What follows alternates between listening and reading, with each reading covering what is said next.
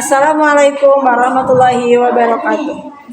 Saya Ipit Fitriani, NIM 8595942, mahasiswa PGSD S1 Universitas Terbuka. Saat ini saya akan melaksanakan praktek pembelajaran terpadu di kelas 5 dengan tema lingkungan yang bersih dan sehat. Assalamualaikum warahmatullahi wabarakatuh. Waalaikumsalam warahmatullahi wabarakatuh. Sebelum kita melaksanakan pembelajaran, alangkah baiknya kita berdoa. Maka ketua kelas untuk memimpin doa. Belum belajar, mari kita membaca doa dulu.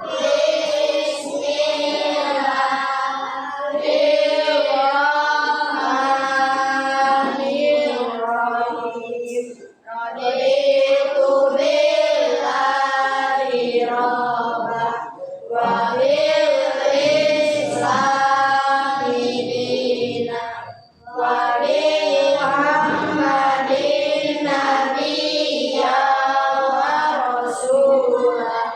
Rabbi zidni ilma warzuqni fahma birahmatika ya arhamar rahimin.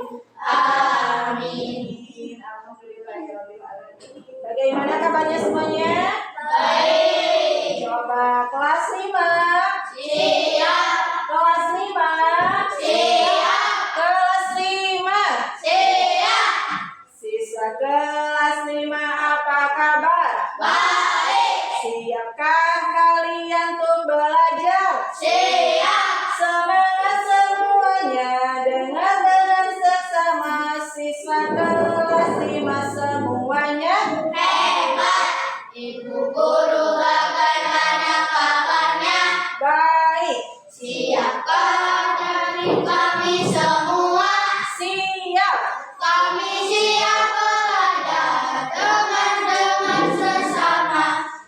Kami siap agar kami menjadi Hebat. semuanya harus menjadi hebat. Coba sekarang tengok kanan kirinya. Apakah ada teman kita yang tidak sekolah hari ini? Siapa yang tidak sekolah hari ini? Davina. Kenapa Davina tidak sekolah? Ada yang tahu? Sakit. Baik, Ibu mau tanya dulu. Pertemuan sebelumnya kita sudah belajar tentang apa? Ada yang masih ingat? Coba acungkan tangan yang masih ingat kemarin belajar apa ya? Apa, Lip? Belajar jenis-jenis bangun datar. Apa aja bangun datar yang kalian ketahui? Apa aja? Persegi, apa lagi? Persegi, panjang. Ada lagi? Segi, 3. Bagus. Nah, sekarang pada pertemuan kali ini kita akan belajar tentang lingkungan yang bersih dan sehat. Nah, materi pembelajaran ini merangkum dari 3 mata pelajaran yang disebut dengan pembelajaran terpadu. Di dalamnya kita akan mempelajari tentang ilmu pengetahuan alam. Ada juga matematikanya dan juga ada pendidikan kewarganegaraan. Sebelumnya Ibu mau menjelaskan tujuan dari pembelajaran kita kali ini. Yang pertama, lingkungan yang bersih dan sehat, agar kalian tahu apa sih itu lingkungan yang bersih dan sehat. Itu tujuan yang pertama. Kemudian tujuan yang kedua, kalian mengetahui ciri-ciri lingkungan yang sehat itu seperti apa. Yang ketiga, kalian bisa mengetahui penyakit yang ditimbulkan dari lingkungan yang tidak sehat, sehingga kalian bisa mencegahnya. Dan yang terakhir, menumbuhkan sikap tanggung jawab untuk menjaga lingkungan. Siap belajar? Siap.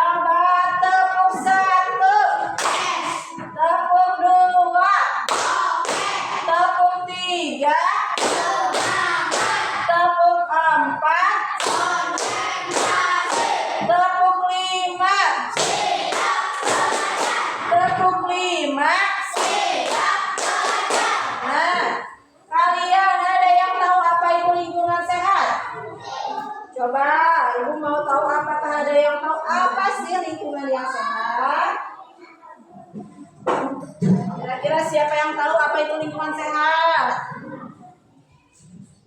Apa, Alif?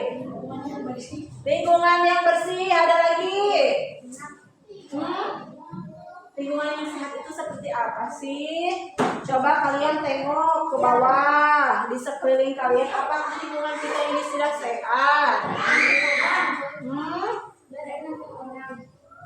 Enak dipandang? Ya. Ya, enak dipandang kelasnya. Sudah enak dipandang belum kelas ini? Berarti lingkungan kelas kita sudah sehat atau belum ya? Lingkungan yang sehat adalah lingkungan yang bersih. Bersih dari apa? Bersih dari kotoran. Bisa itu sampah, debu, apalagi? Nyamuk,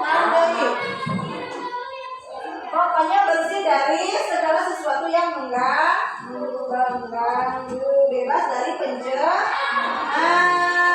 memiliki udara yang bersih, air yang bersih, tanah yang bersih, itu yang disebut dengan lingkungan yang sehat, sehingga terbebas dari pencemaran atau polusi.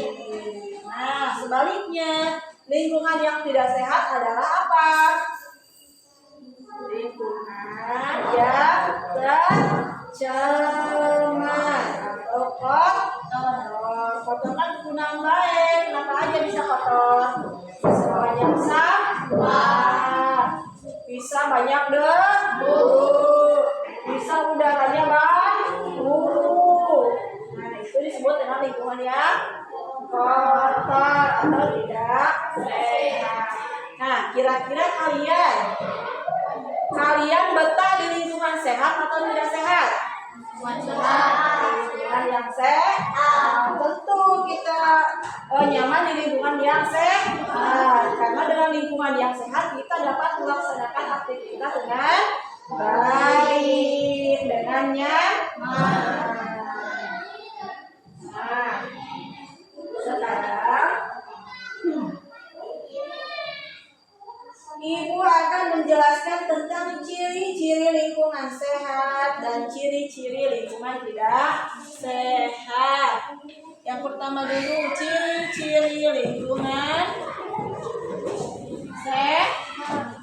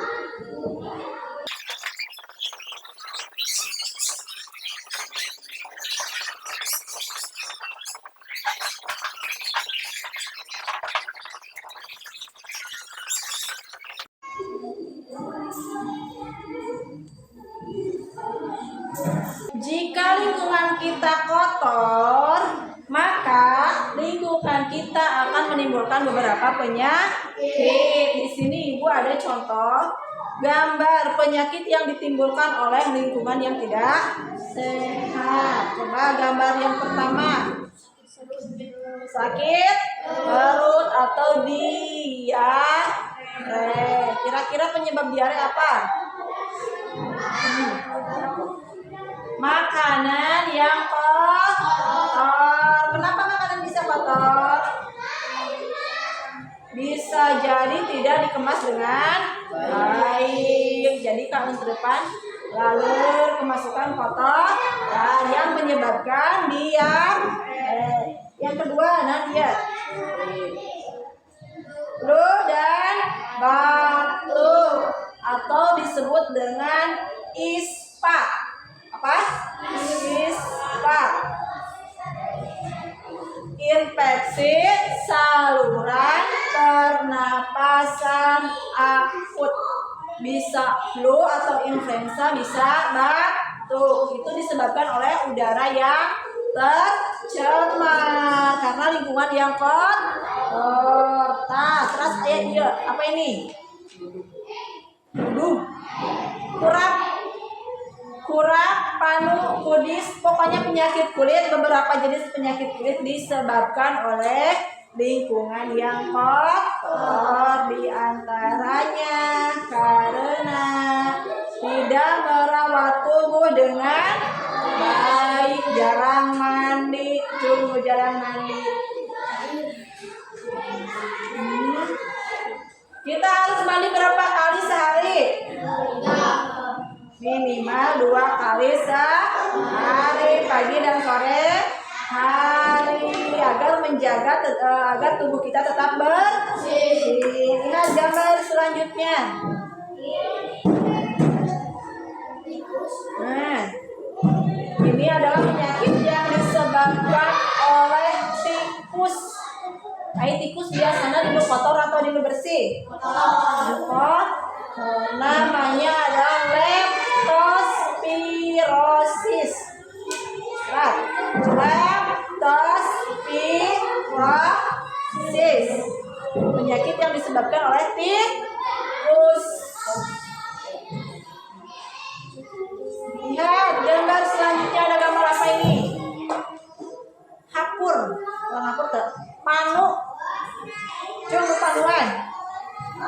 Panu guys, sami saluta di saluran kurapnya disebabkan oleh kebiasaan yang tidak sehat, tidak bersih, tidak menjaga lingkungan badan dengan bersih. Contoh, jarang mandi.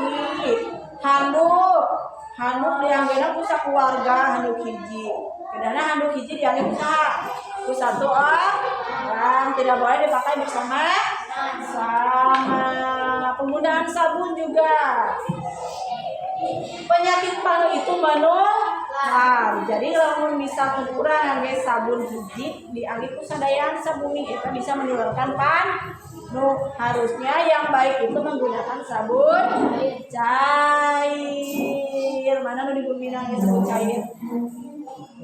Ayeuna mah aya itu alifnya, teu kampus mahal jadi. Nah, sudah jelas semuanya materinya. Kira-kira ada yang mau ditanyakan tidak? Tidak ada yang mau ditanyakan? Sudah pintar? Sudah mengerti? Nah, kalau kalian tidak ada yang ditanyakan berarti ibu yang akan bertanya. Tapi ibu tidak akan bertanya secara lisan. Nah, ibu sudah menyiapkan LKPD. Isi di sini ada beberapa gambar penyakit yang disebabkan oleh lingkungan yang tidak sehat. Kalian tulis di sini apa nama penyakitnya dan disebabkan oleh apa, ya?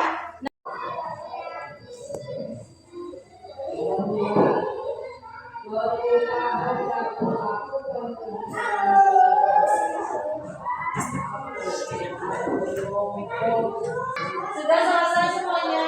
Sudah. Coba ke depan kumpulkan.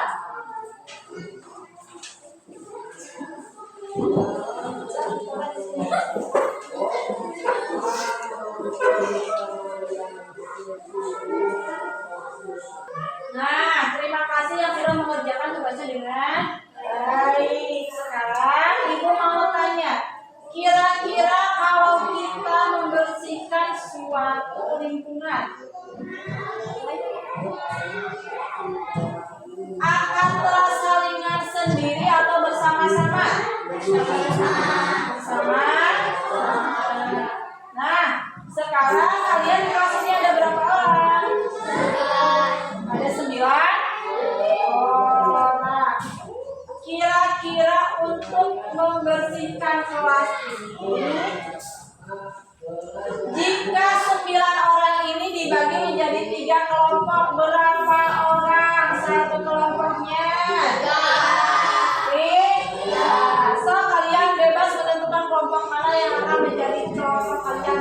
semuanya 3. Sekarang kalian sudah menjadi 3 kelompok. Masing-masing berapa orang? 3. Nah, tugasnya kalian harus menghitung luas daerah yang akan kelompok kalian bersihkan. Contoh kelompok 1 bersihkan bidang ini berbentuk persegi panjang. Kelompok 2 persegi panjang, ukurannya berapa kali berapa, berarti luasnya berapa. Kelompok 3 juga sama, tapi dengan ukuran yang berbeda. Ada yang masih ingat cara menghitung luas persegi panjang?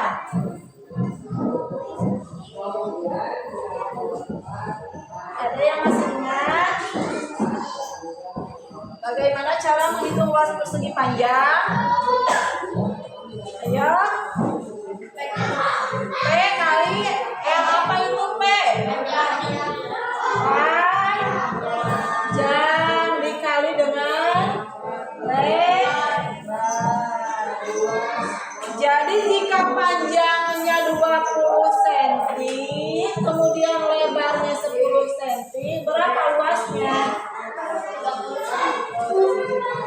Jika panjangnya 20 cm dan lebar 10 cm, maka luasnya 20 dikali dengan 10. Berapa 20 dikali 10? 200 apa? Sentimeter. Ingat? Ingat? Ini sudah Ibu bahas ya di pertemuan sebelumnya. Nah, sekarang kalian coba hitung luas bangun yang Ibu berikan. Bangun datar. Kelompok 1 coba ke sini. Sebelah sini. Nah, di dia. Kelompok 2 sebelah sini. Kelompok 3 sini.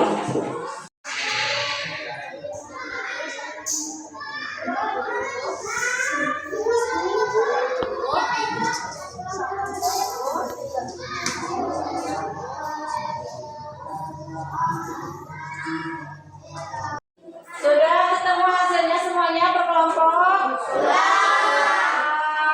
Sudah bisa menghitung luas? Nanti kita menghitung luas apa?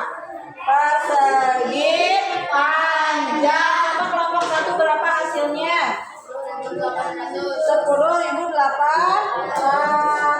cm persegi. Kelompok 2 9.000 cm persegi. Kelompok 3 5.400 cm persegi. Berarti kelompok mana yang paling sedikit area yang dibersihkannya? Kelompok yang paling banyak?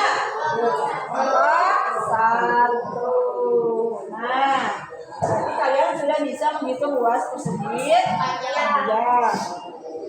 Sekarang Ibu mau tanya, kira-kira menjaga lingkungan tetap bersih dan nyaman itu tugas siapa? Tugas kita bersama, tugas semua.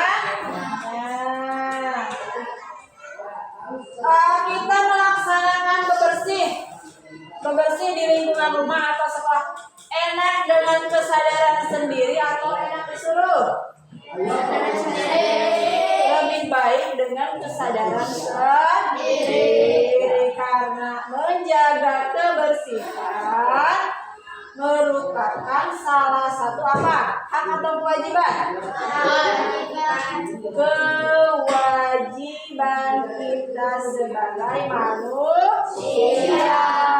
Kalau di sekolah sebagai siswa, kalau di rumah sebagai anak. Nah, kewajiban kita untuk menjaga kebersihan lingkungan. Nah, dalam kewajiban itu ada hak yang bisa dipenuhi tidak? Ada apa? Kita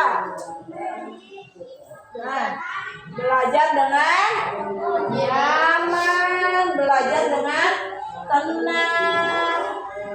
adalah hak kita dari lingkungan yang bersih. Kita menghirup udara segar, melihat pemandangan yang indah, melihat barang-barang yang tertata dengan baik, belajar tanpa gangguan, belajar dengan nyaman, itu adalah hak kita.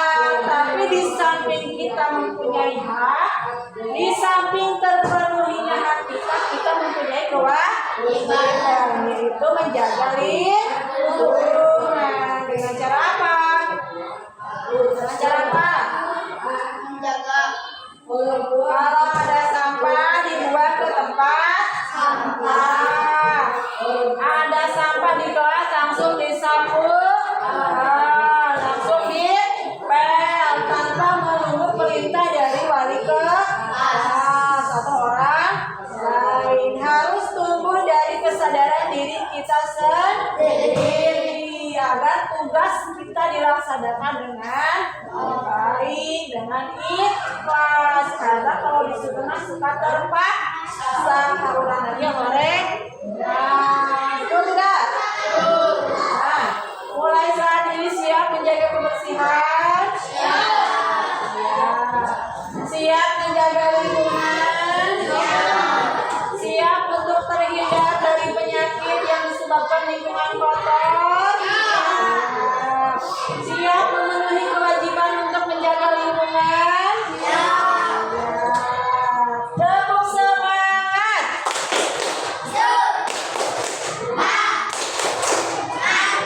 Semangat.